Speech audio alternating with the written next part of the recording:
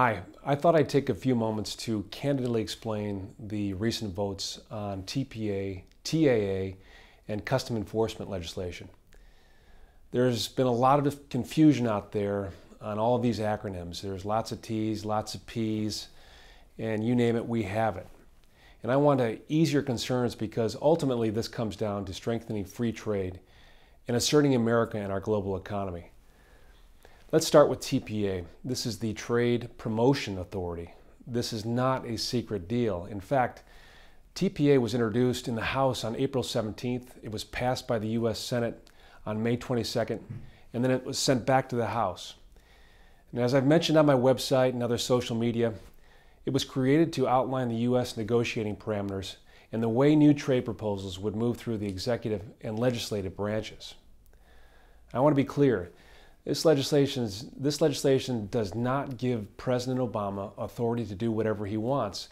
In fact, this legislation is necessary to ensure that members of Congress can see a proposed trade deal and then vote yes or no before it takes effect. If you have concerns trusting the President, you should be in favor of TPA because it requires congressional oversight, not just an executive signature like we've seen in the past. The President cannot keep you or your elected representatives in the dark, which is why we will now have the ability to see the text of any negotiations as they happen, not just when they're done. TPA and the Customs Enforcement Bill will also include safeguards that prevent the White House from interjecting their own policy agenda into trade deals down the road. In other words, the administration can't do what a lot of people are talking about, like add immigration or climate change parameters to promote trade agreements. Currency manipulation is also addressed in the related Customs Enforcement Bill. With the help of the Ways and Means Chairman Paul Ryan and Subcommittee Chairman Pat TPA, 4 other Michigan members and I helped make this possible in the days leading up to the vote because Michigan and America's workforce ought to have a level playing field in our global marketplace.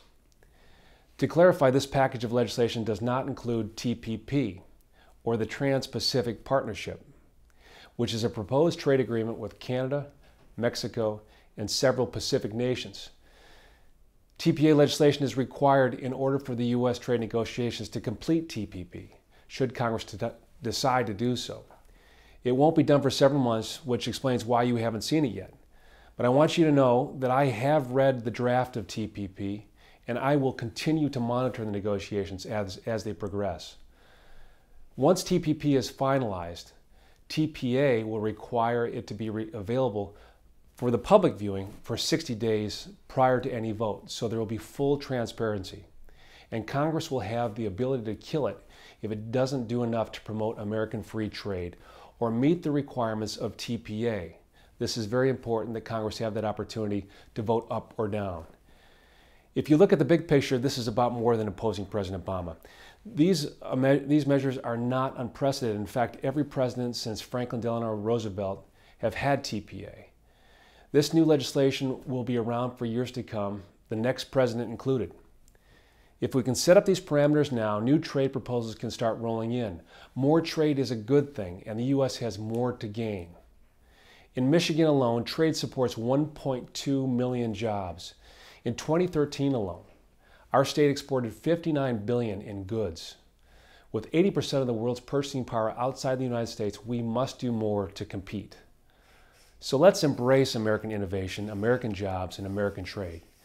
We can make that happen with more transparency and new oversight from Congress.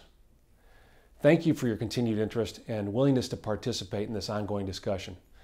I will continue to give you updates as we move forward. Please feel free to contact me anytime with your thoughts or concerns. Thank you and have a great day.